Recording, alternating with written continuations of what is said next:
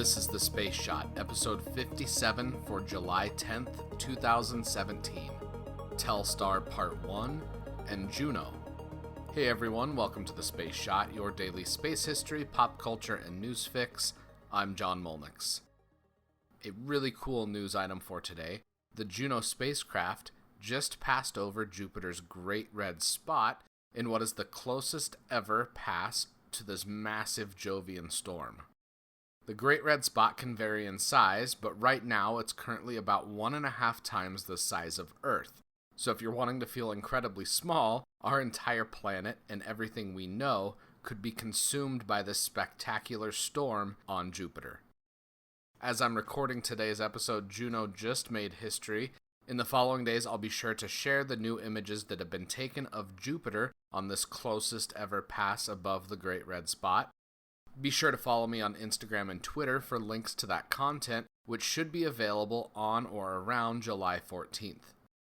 One other quick thing I want to mention before I move on to Telstar is right now the Juno spacecraft is 1.51 hours away, round trip time, at light speed.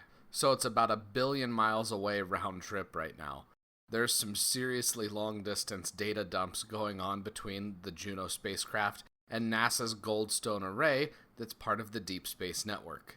I'll link to a cool Deep Space Network website in the show notes, so also check that out. Now for Telstar.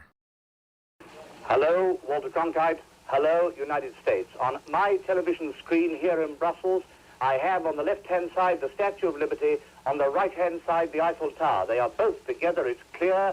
So go, America, go. Go, America, go. Good evening, Europe.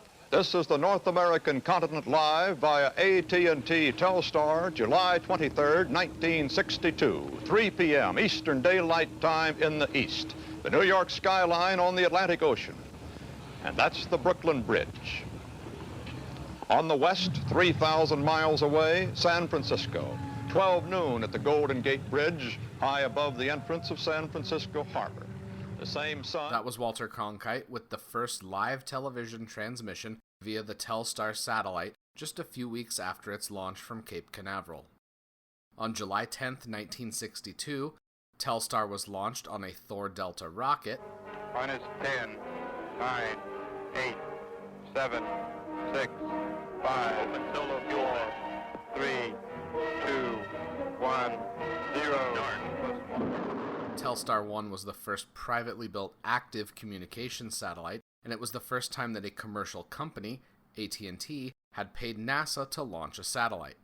Bell Telephone Laboratories was part of the research arm of AT&T at the time that Telstar was launched, and was responsible for many of the innovations required for satellites. A quick disclaimer before I go any further.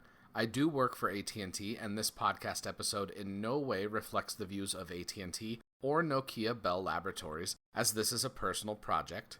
I have also not been compensated in any way for the following Telstar-related episodes. And now with that out of the way, let's get back to some history.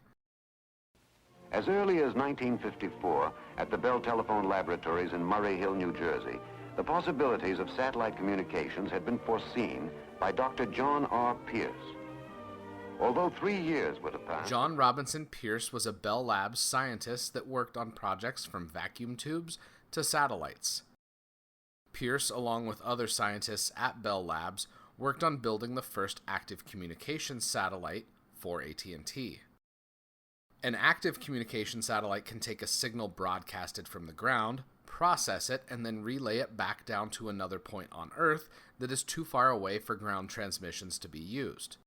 The Telstar satellite measured just over 34 inches wide, weighed in at 170 pounds, and had an external surface composed of thousands of tiny solar cells that powered an array of rechargeable batteries, which provided power for the satellite.